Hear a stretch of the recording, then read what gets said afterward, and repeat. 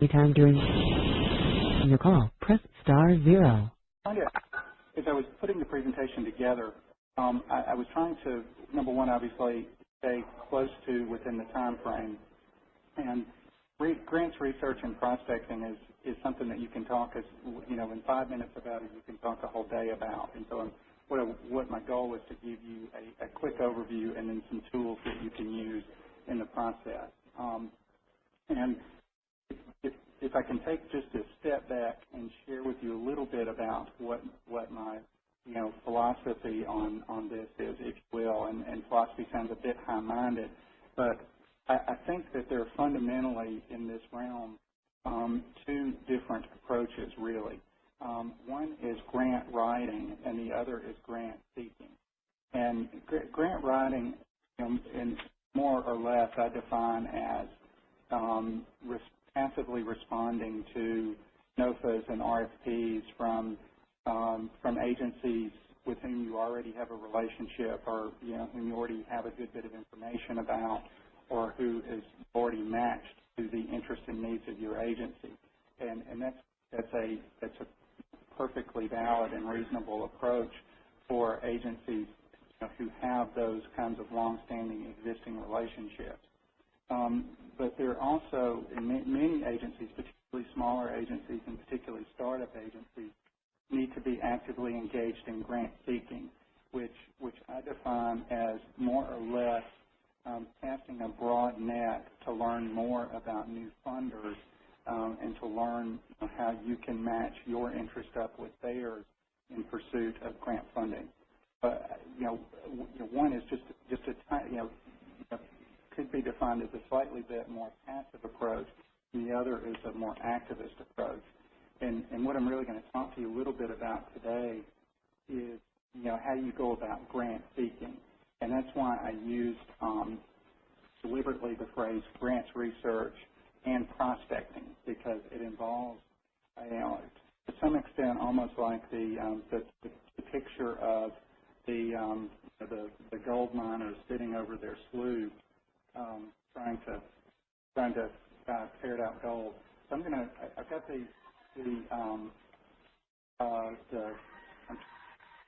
we're about to try to move forward. I'm sorry, we're moving forward on the slide.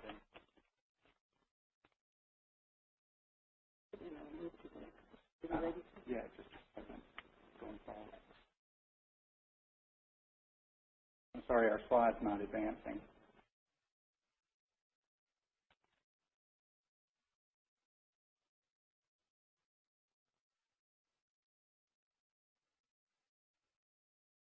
Great. Okay. If everyone can advance to slide 2, it goes automatically. Okay, great. Yeah. Okay. Yeah. These are just generally some broad questions that you want to really kind of sit down, and I find for me that it's actually very helpful if I actually write these things, if I do notes on them.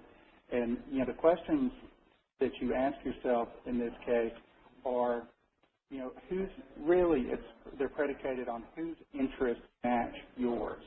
20 years ago, most grant seekers or grant writers fundamentally approached their potential donors with the mindset of, you should give me money because I'm going to do good. And that's certainly true, and it certainly has value. But the thing to remember that now is that there are so many more people who are grant seekers and grant writers that the numbers of applications being received in even small foundations vastly exceed their ability to fund those applications. So what many folks still are missing is that critical step of thinking through, how to match your interest up with the funders, and perhaps as important, how to identify what the funder's real interest is. And so really a first, big, broad question is, who would be interested in you? Who would be interested in your organization? And strategically, you want to think about, geographic locations. You want to think about fields of interest. You want to think about, what corporations do business in your area, to look at corporate foundations or corporate direct giving programs. You just, and just begin to sketch out a list for yourself on that.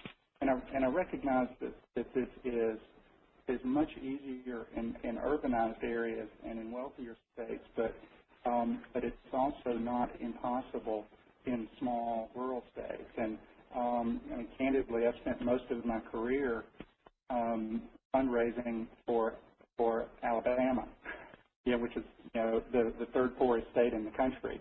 And so if we can do it in Alabama, virtually any state can do it. You just have to really have to think strategically about it. Next question is, who would fund organizations like yours? Not all foundations are interested in all kinds of agencies. Some are interested in larger agencies. Some are interested in grassroots agencies. Some are now, particularly with some of the new startup foundations on the West Coast that were started with .com money, some agencies now are only interested in organizations that are engaged in social entrepreneurism. So, who would fund someone like you? And again, this comes with just kind of beginning to just match make and grid development. So the third question you would really want to ask yourself is, could you say, if you had the opportunity to talk to the funder that day, could you say with some degree of specificity just what you would ask them for? And I know that sounds like I'm getting ahead of myself on that, but you really want to have somewhat of an idea about what your real need is, as you do this research process. And again, and I say this almost jokingly, but again, I'm still surprised at people who use this approach, is that it has to be beyond, well, I need money for my program. It has to stretch substantially beyond that. And it really does need to transcend, well, I need your money because I'm going to do good with it. Recognizing, again, that there are 15 people right behind you who are going to do good with it. And so these are kind of the very preliminary questions you want to start thinking through. And also, moving on to the next slide, just to give you a sense about what the funders are going to be looking for. And I know for many of you this is I'm preaching to the choir, but it is important to think through some of this as you begin to pursue your match. But first off, who is interested in your issue? Who will fund children programs focused on children and youth? Who will fund, for instance, one of the corporation's strategic priorities right now is focused on children of incarcerated parents. Do you have a sense about what some of your key funders or potential funders' ongoing and current strategic funding priorities are, and do they match up with yours? The other thing is that is the funder going to give in your geographic area? And I'll give you a good example on this. When I was at UAB, we had one particular researcher who was very, very focused on nutrition research. And the Archer Daniels Midland Foundation is the largest funder of nutrition research in the United States. And he was just desperate to get a grant from Archer Daniels Midland and pestered the stew out of me to do it. And, it took about 2 years of trying, but it came down to basically that Archer Daniels Midland just could not and would not fund us because they don't have a plant in Alabama. And so I went through the process, but with under a little bit of pressure, knowing that it probably wasn't going to work out. And so, I guess the point is that I wasted a lot of time pursuing a foundation that was never going to fund us anyway. It's just because of their stated geographic interest. The other thing you want to think through, again, and this comes back to what the funders' interests are. Are they interested in the constituency you serve? And many, I mean, as you know, ACKCO, for instance, is focused on children and youth. That's their primary interest area. They would probably not be a good match for a gerontology program. So want to think about that. The other thing that they're going to be looking for, and there are a lot of discussions right now about this in the philanthropic community, but about its impact. But basically, funders really are looking for new and creative programming. They're not necessarily interested in helping agencies do more of the same or do the same thing that they've been doing for 20 years. So you have to think through, what is unique about your program? What makes it unique locally, perhaps? What makes it unique nationally? And what is the uniqueness of your agency that would make them be more interested in you? And the thing you want to keep in mind about this is that foundations are private entities, and they have their own boards to report to, and the staff at the foundations or the private giving entities want to be able to tell great stories to their board about the great new projects that they're funding. They don't want to have to tell the stories about paying the lights in Peoria. And again, as I say that, I recognize that that's a whole separate discussion about what foundations should be doing, and we know what they should be doing, but in reality, they're not, and that's beyond our control now. So I can over drinks. I can talk forever about what I think about that particular approach of foundations, but you do have to accept it and recognize they want and need and will fund creative programming. So you have to craft and understand, your approach has to come from that angle. The other thing that they're looking for are realistic goals. And particularly in some of I'm learning that in some of the VISTA applications we receive, and particularly from inexperienced organizations, we see totally unrealistic goals that that VISTAs are going to reverse global warming working in Pine Top, and that's just we know that's not going to happen. I mean, they actually we do want to see something that we know that everybody's going to be happy with at the end of the year because you achieved something and can show it. The other thing they're going to be looking for is, can your organization handle the money they give you? Can you document it properly? Can you can you account for it? Will it actually really make a difference? And these are the kinds of things, and I can talk subsequently about.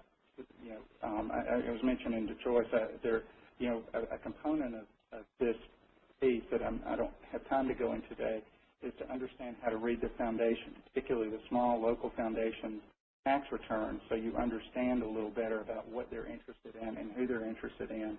And there's also a very very particular science to how you craft your first contact with the funder, and that's something that a lot of people ignore. And if any of you, at the end of the call, I'll give you my email address. So if any of you would like more information about that or to talk more about it, I'll be happy to share with you.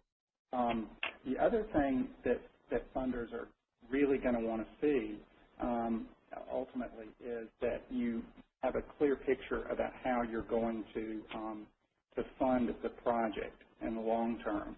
And it's not just we're going to keep taking grants. It's some kind of evidence that you thought through what your organization will look like when their money is over, when their money is spent, what the plan will look like, what the program will look like. And even though it's last on my list here, it's not least, what funders really look for now is collaborations of agencies. 10 years ago, many organizations could get large national foundation grants by being single applicants, but now everybody wants to see that programs consist of multiple people working together doing different pieces of the activity.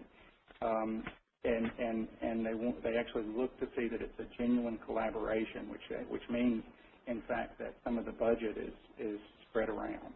That was hard when I worked at the university. That was hard for the faculty to understand that they actually had to give up some budget money to support collaboration. But people do want to see, and it's evidence not only of broad program planning, but it's also evidence of potential sustainability. So, any questions about that, y'all? Is there any? Am I making sense? Am I talking too fast? Is my accent too heavy? Do you want me to sing karaoke? Anybody alive? Yes, I think you should skip the karaoke part. Yeah. So conference calls are so hard because you can't get that facial feedback. And I promise I am getting to some tools in just a second. But and I won't go over each one of these individually because this, and I'm on the screen what you need to know about funders.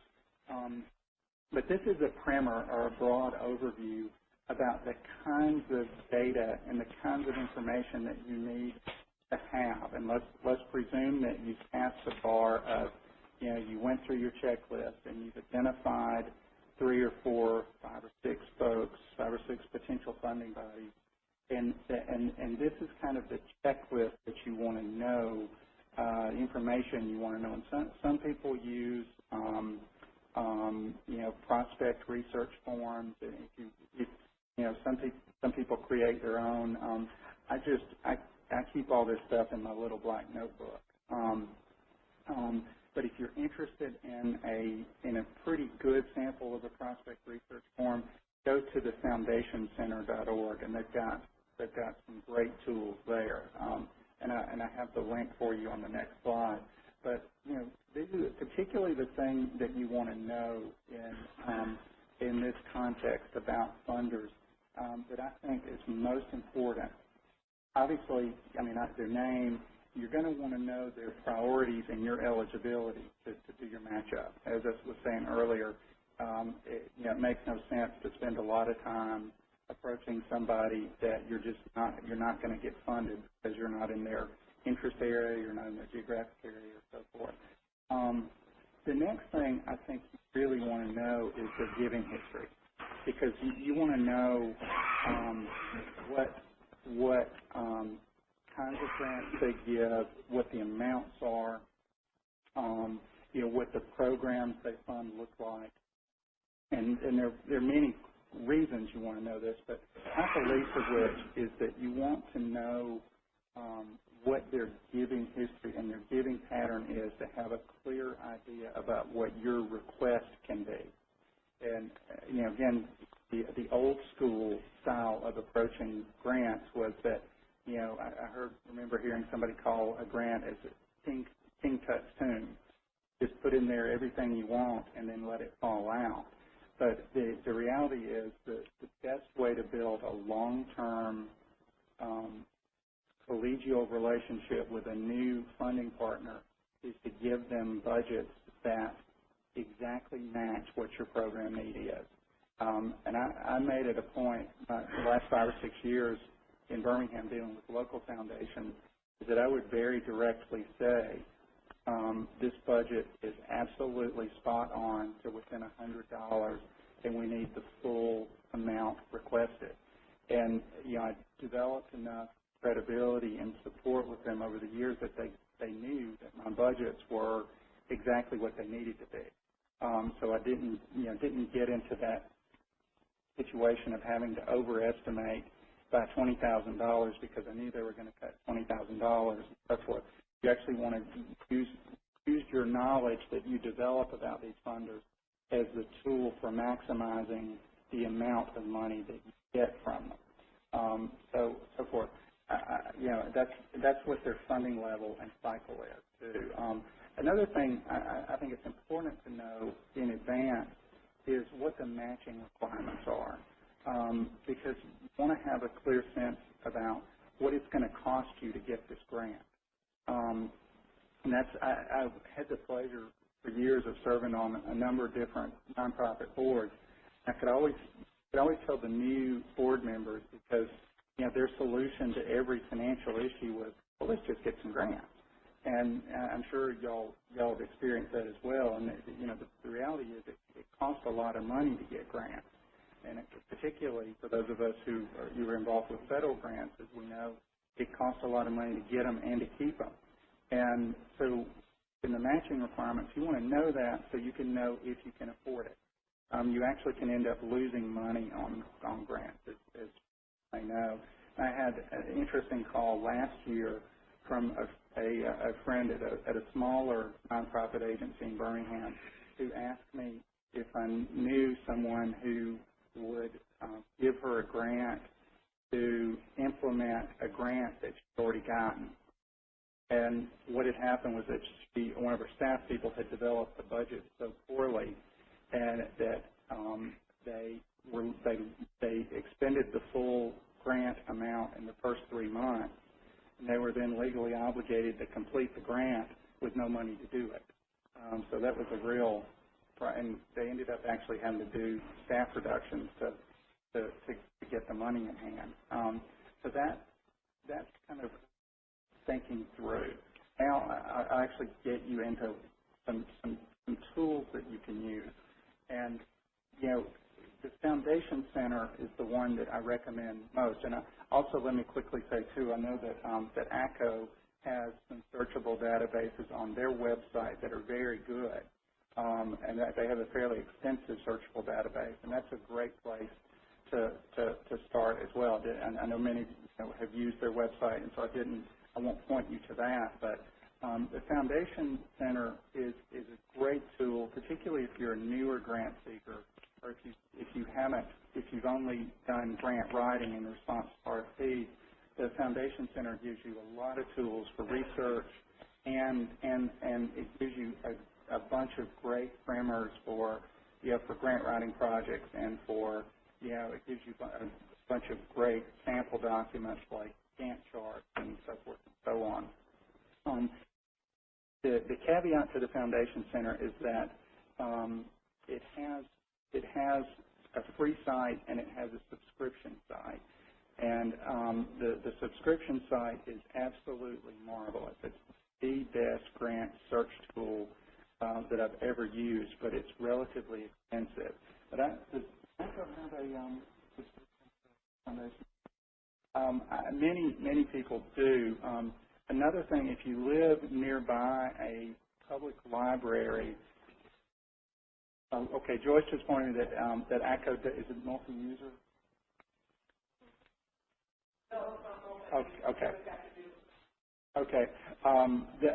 Susan just mentioned that it's not a multi-user site, but ACKCO can help you do the search, since they do have the password. But and I can help you with that as well. And I'll talk more about that at the end.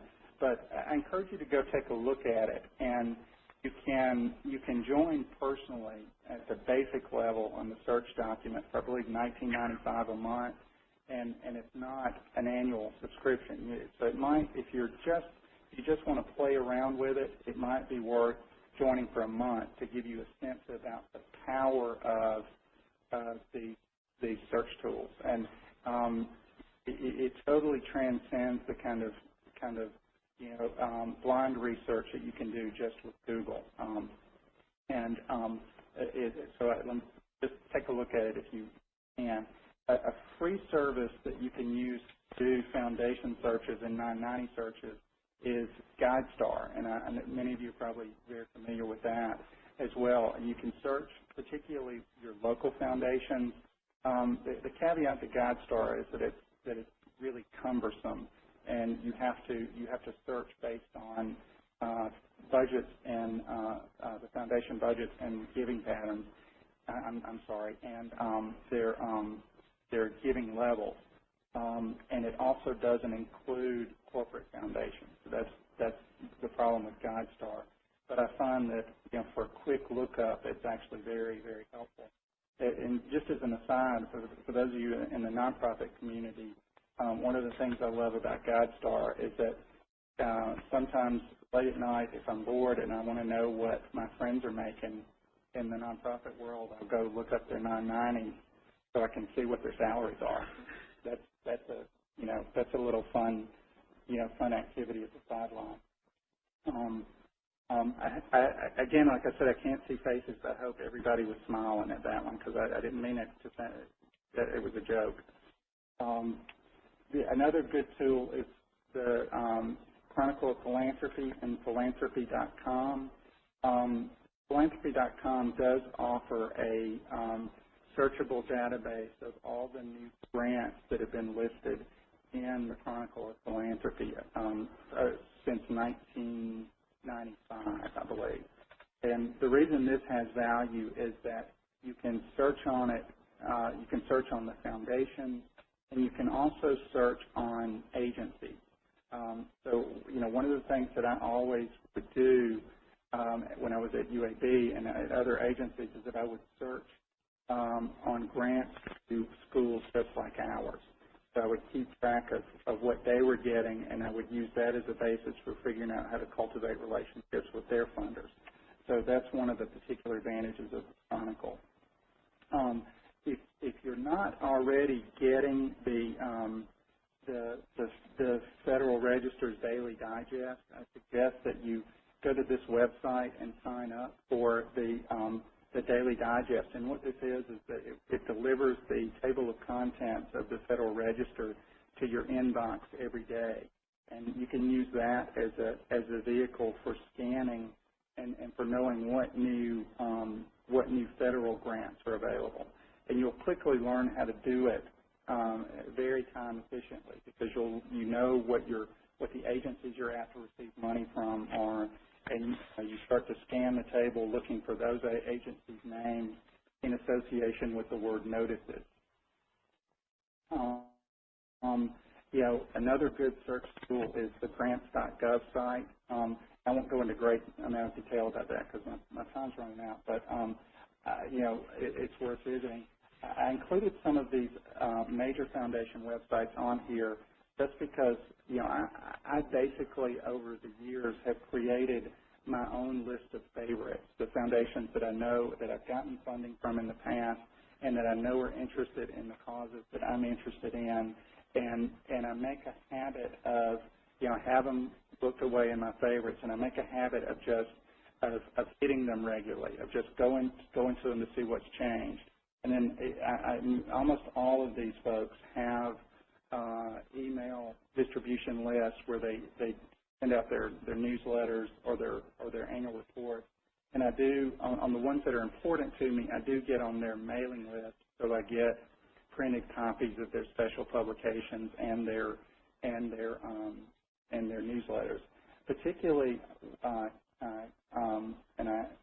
the KFF.org is the Kaiser Family Foundation.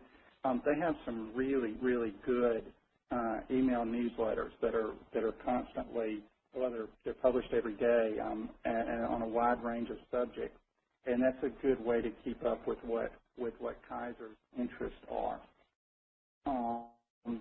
Just some others again over the years, and you'll do the same. I've developed the federal agencies that I want to keep an eye on.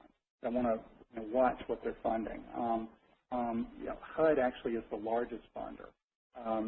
And believe it or not, at the School of Public Health, we had 4 HUD grants that were focused on public health outreach and housing communities. So, and we also had a number of Department of Justice grants that were focused on gun violence as a public health problem. And the reason I'm saying that is that sometimes you don't automatically think that, the agency will fund something that may or may not necessarily look like it matches their name. The Department of Agriculture right now is one of the largest funders of rural broadband development because, getting broadband to farmers. The other thing is, just take it after you do your snapshot of potential folks who may be interested in you. Look at all the corporations who do business in your area, who serve your area, and just write them down, and then go to their website and search on foundation or grants or something that'll get you to where their giving program is, and start just keeping that compiled and putting them in your prospect list. But these are just some websites that I use regularly. I'm sure you'll have your own. But in closing, I just wanted to share with you, and this is not totally related to what we're talking about, but nevertheless it's important. These are the top 10 reasons why grant applications are declined. And the linkage to what I've been talking about, and the thing that I find so fascinating, is that you have to get to number 9 before you get to one that is within the control of the grant seeker. I'm sorry, that's not within the control of the grant seeker. Number 9 is of all of these, the only good answer that you could get when you submitted when you submitted the grant, and that is that they just didn't have enough money to fund you during this period. Every other one, and I should hasten to add that this list was developed by the Council on Foundations through surveying foundation program officers, and they did it about 3 years ago.